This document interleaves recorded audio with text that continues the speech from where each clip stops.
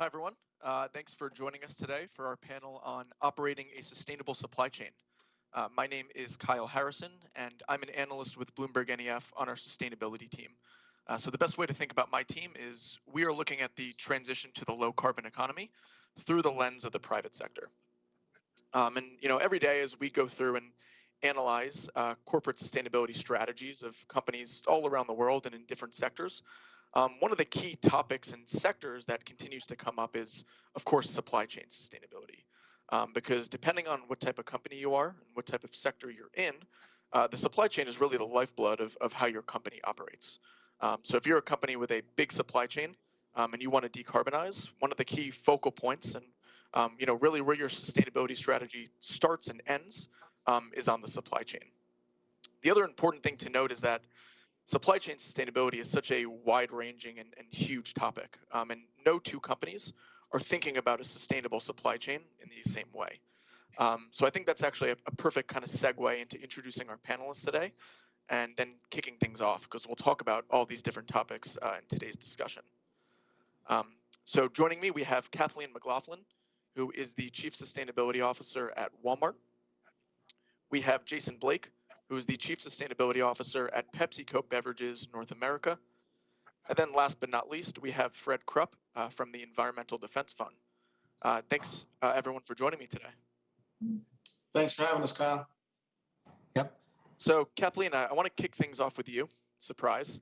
So I think Walmart checks off a couple of those boxes from that intro that I just went through, right? I think Walmart's secret sauce in a lot of ways is its supply chain. That's what allows it to be such an efficient company.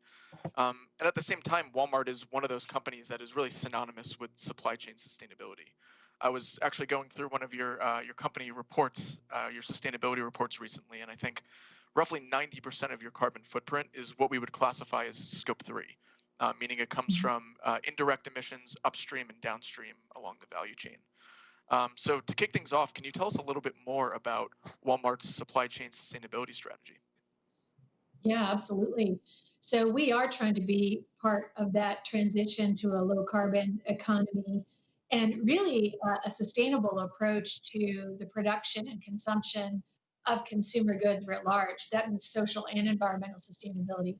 So we've set a number of priorities in the environmental side of the equation. Climate, we're trying to get zero emissions in our own operations by 2040 and decarbonize supply chains. Waste, we're trying to eliminate waste again from our own operations and from products, including packaging, food waste, and so on, materials waste in general. We've prioritized ecosystems. So we set a goal to work on 50 million acres of land, which is our estimate of what it takes to produce the products that Walmart customers enjoy around the world, and a million square miles of ocean. And then on the people side, we're working on economic opportunity, creating opportunity for people who work in supply chains, for suppliers. Supply chains have the potential to lift literally billions of people out of poverty. Respect for human rights in the supply chain. So we tend to focus on hot spots like forced labor in seafood, for example, where we work with others to try to eradicate that. And then safer and healthier products.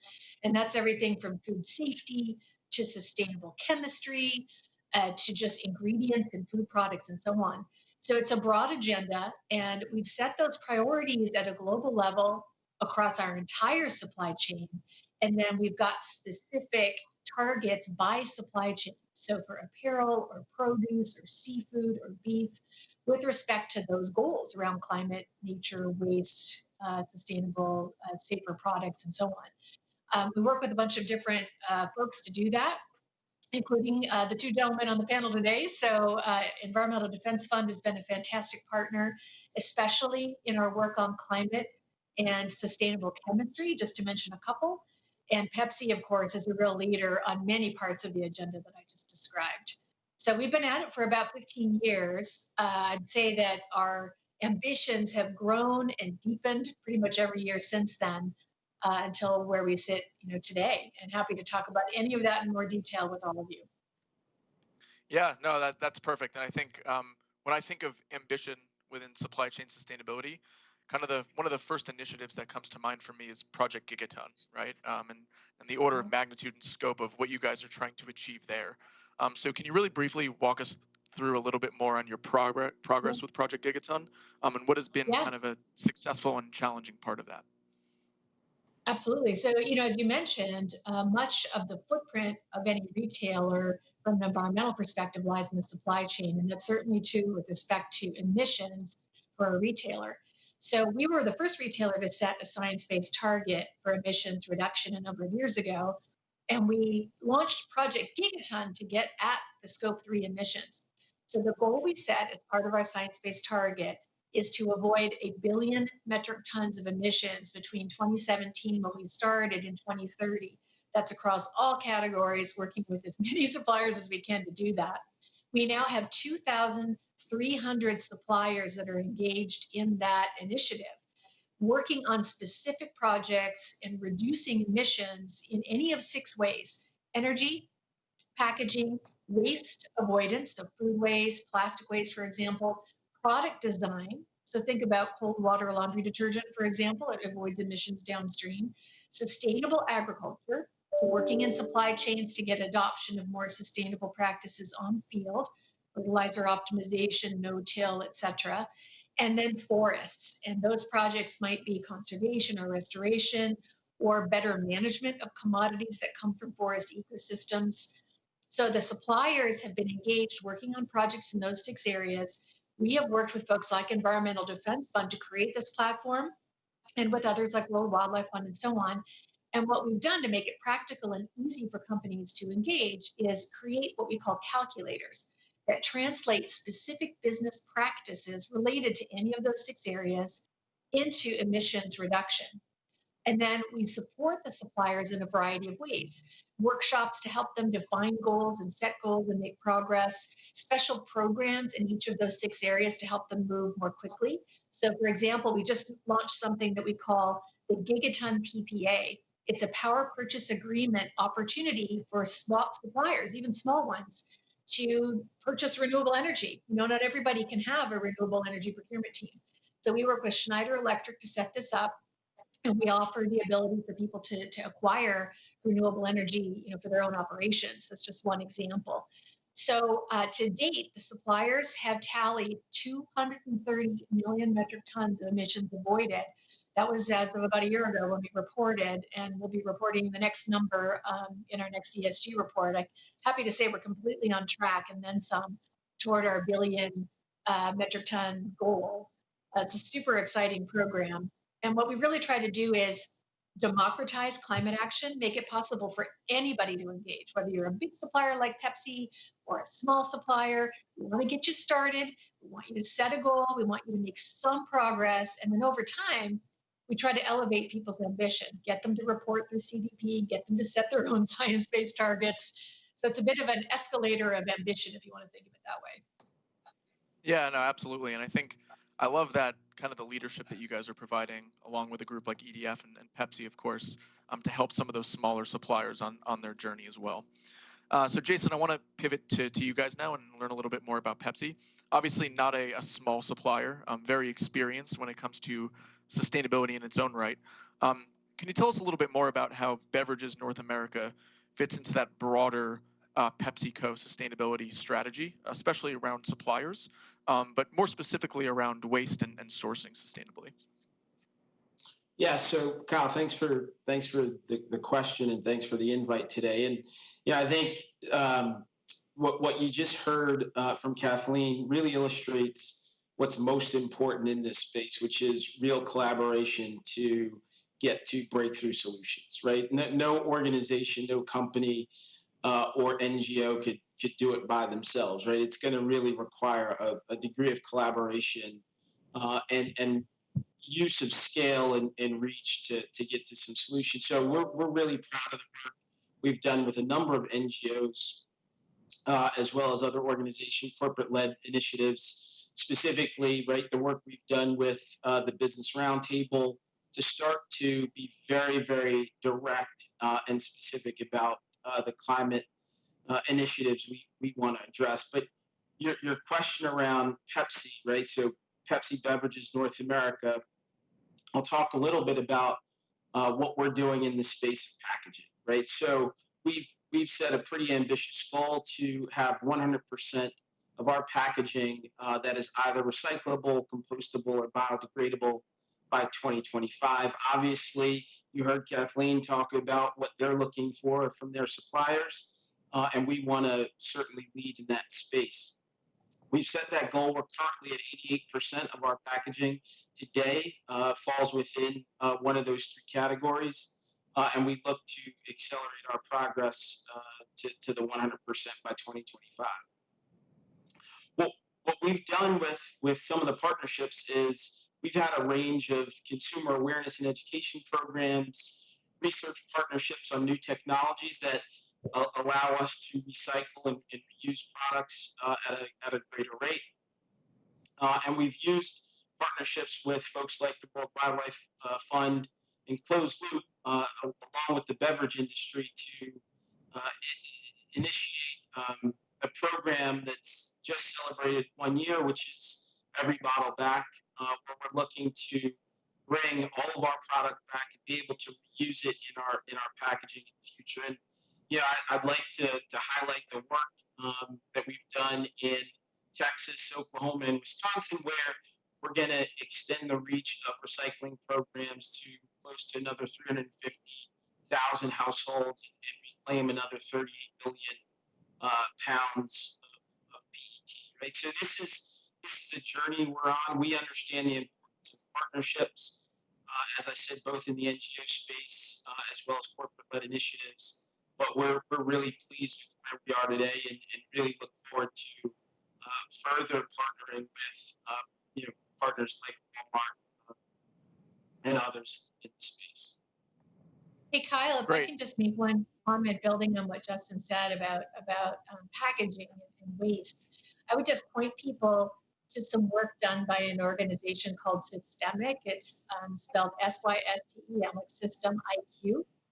And with funding from the Pew Charitable Trust, they lined out a global roadmap to eliminate plastic packaging waste. And it includes all the levers that are needed by use case.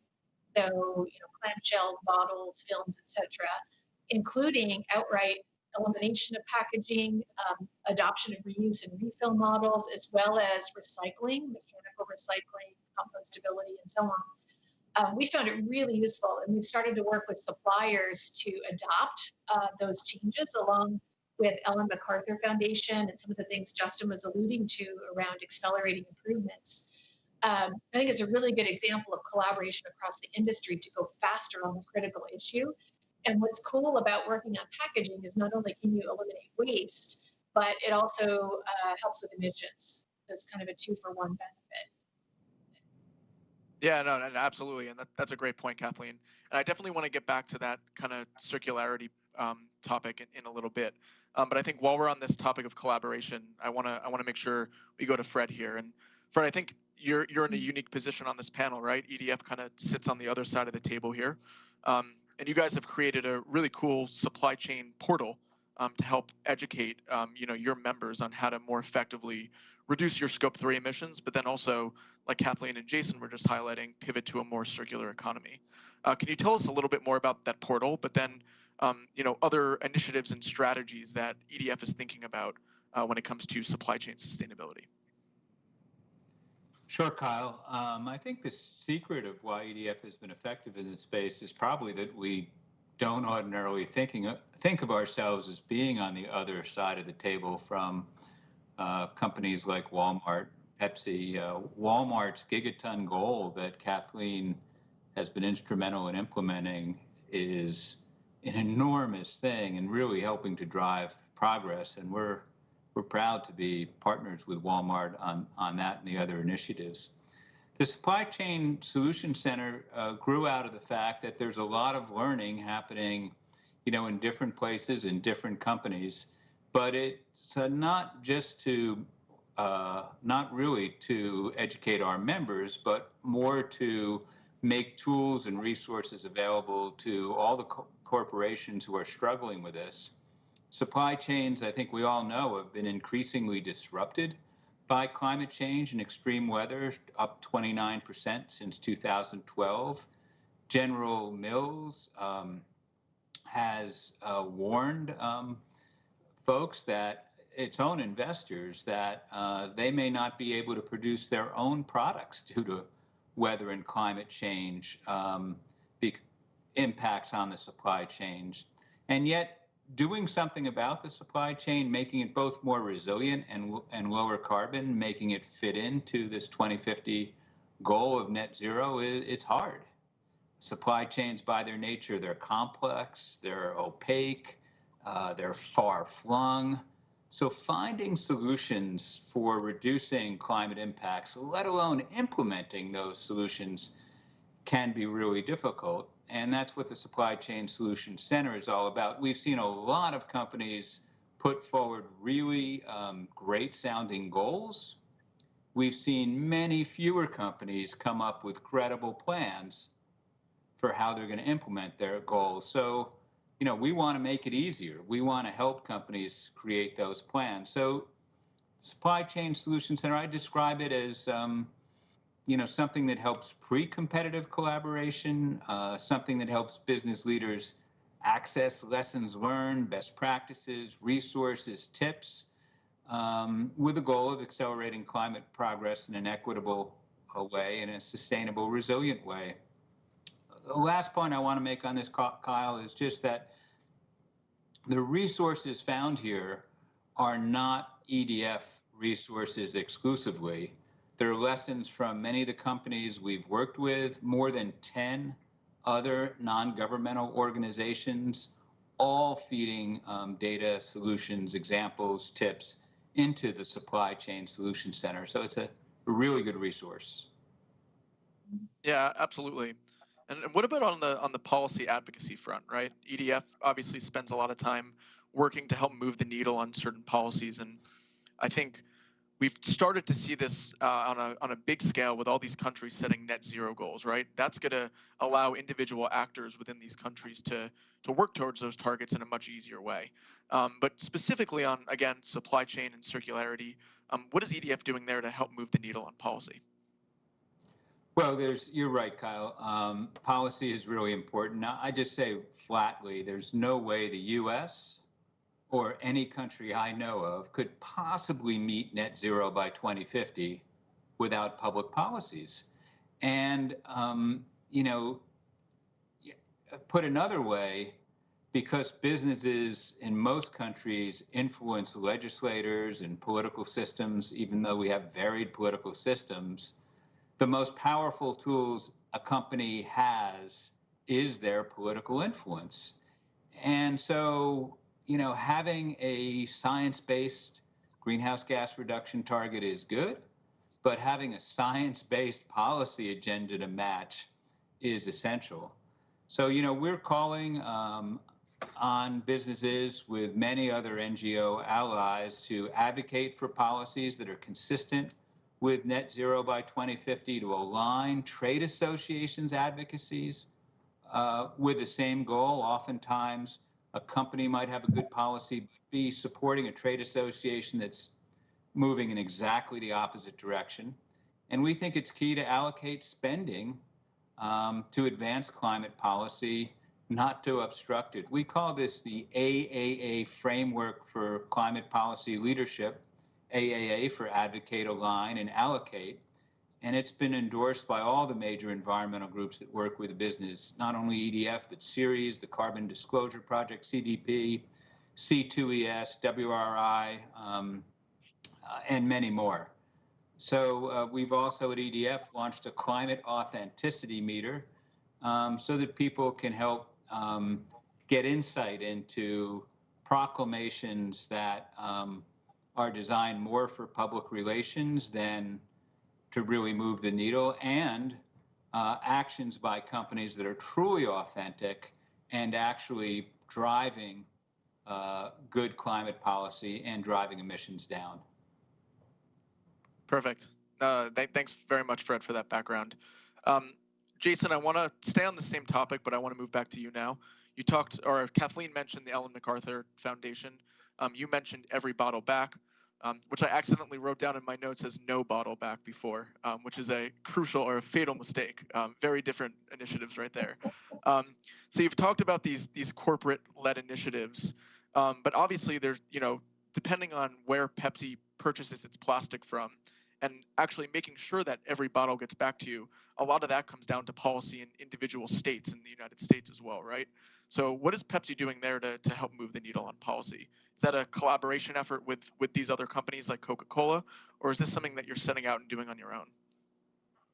No, Kyle, I think what you heard from Fred is we've got to have a collective voice. We can't, omit our responsibility to have a point of view and engage in the dialogue, but we need to do that in collaboration with the industry, right? Because we've got to really change behavior on the part of our end consumers. And if we're getting all our bottles back, but the other producers are not getting theirs back, we're arguably not doing enough, right? We're doing a piece, but we're not doing enough.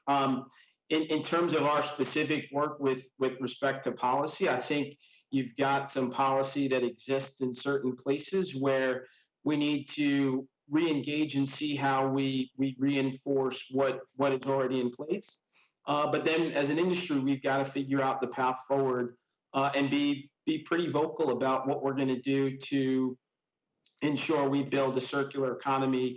We talk a lot about plastics, right? They are, kind of the 800-pound gorilla, but we figured it out on aluminum, right? We know how to do it with certain materials, and we've got to bring that know-how over to plastics, right? And I'm every bit confident we're gonna be able to tackle it. But as Fred said, these things don't get done by a sustainability office within one corporation. They need to be great ideas within companies, accompanied by great policy that is specific, measurable, and we can, say year to year we're making progress to get bottles back. But we're certainly looking to lead within the industry, but we know that we need the industry in collaboration with, like you said, states and policy to come to bear to resolve this issue. Right. Yeah, and some of that collaboration also comes across various industries as well. So I was looking at the list of members of the Responsible Business Alliance, for example. And that historically was a supply chain sustainability group that was focused around the electronics sector, right? But lo and behold, I found Walmart's name on there. So I wanted to hear a little bit more, Kathleen, on what Walmart is doing as part of groups like the Responsible Business Alliance and CDP Supply Chain Initiative to further kind of foster this collaboration. So our focus is on our own practices in our operations and in our private label brands, and then working with our entire supplier base to get them to accelerate action in any of the areas I mentioned. So energy efficiency, renewable energy in their supply chains, packaging is a big one, waste reduction, food waste, plastic waste, sustainable agriculture, product design, forests. And just to give you an example, on packaging, we developed this, actually happened to have it on my desk as we were talking, I pulled it out, kind of a playbook of sustainable packaging recommendations for suppliers to consider to shift their materials to materials that are either mechanically recyclable or otherwise better materials, including chemicals, Fred. That's one piece of packaging action.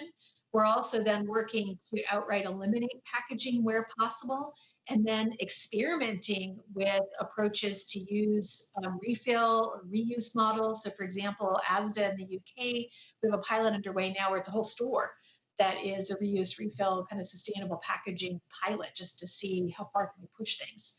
So our focus is working with suppliers to transform the way that the consumer products industry even works to tackle climate, waste, ecosystems, human rights, and so on. As I was mentioning, depending on the issue, we have different ways of coming at it, but that's what we're trying to do. Cool. Yeah, and I think, and that was actually I think that brings us in a great way to my final question here, which is kind of a lob up, and you guys can take it in any order that you see fit. But we're where do you see the most room for innovation within supply chain sustainability? So it could be technological, it could be policy related, it could be collaboration between companies or financial, really open-ended, but I would love to hear from all three of you as experts on this topic, on where you see the most room for improvement there. I would say two things. One is around measurement, traceability, transparency. So we've been experimenting with things like blockchain technology. We've been investing in third-party solutions like Global Forest Watch or Map Biomass, Global Fisheries Watch. There are a lot of different kinds of platforms emerging. But the ability to trace products from the point of production through to consumption and to have data about the ingredients in the product as well as the way it was made and some additional attributes like the emissions profile, and so on. So that's one that would be extremely helpful and something I see developing over time. I'd love for that to go faster. And then the second would be innovation around practices of production to tackle specific issues. So, for example, agriculture, innovation in practices on the field and getting people to adopt them, innovation in areas even like carbon capture, innovation in chemistry for more sustainable solutions where there might be an ingredient that works really well, but it's a chemical of concern. So technological innovation around practices and technological innovation around measurement and transparency tools. Those are the two that we're really pushing. The transparency one's interesting, right? I know a lot of tech companies are starting to leverage their Internet of Things technology to offer products to help companies better trace their supply chain, especially around sustainability. Yeah.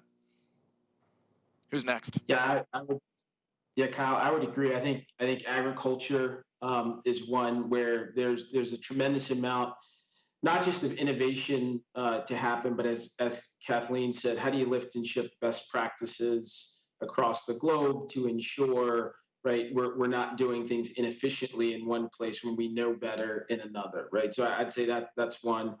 And then in this area of packaging technology, I think there's a tremendous opportunity for us to really be thoughtful and innovate. And we've tried to design into business process, right? How do we think sustainably from the start to ensure, we're thinking about the comprehensive view of sustainability when we're innovating either new packages, new products, or new business models, as Kathleen alluded to earlier, with respect to reuse models and other models we've got out in the marketplace that we need to scale in the future.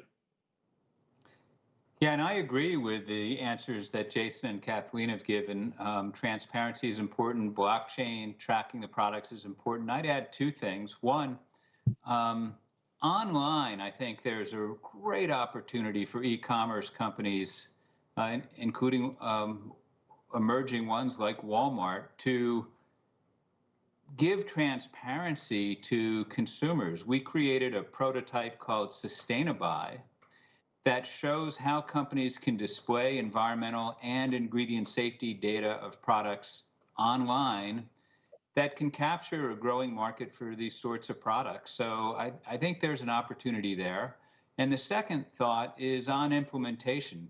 As I mentioned earlier, there's 1,500 companies with $11 trillion in market value that have agreed to different pledges about net zero, but only a handful of them that have concrete plans. And I'm excited EDF is part of TNZ, Transform to Net Zero, with Danone, Mars, Mercedes-Benz, Microsoft, Naturian Company, Nike, Starbucks, Wipro, Unilever, to name a few.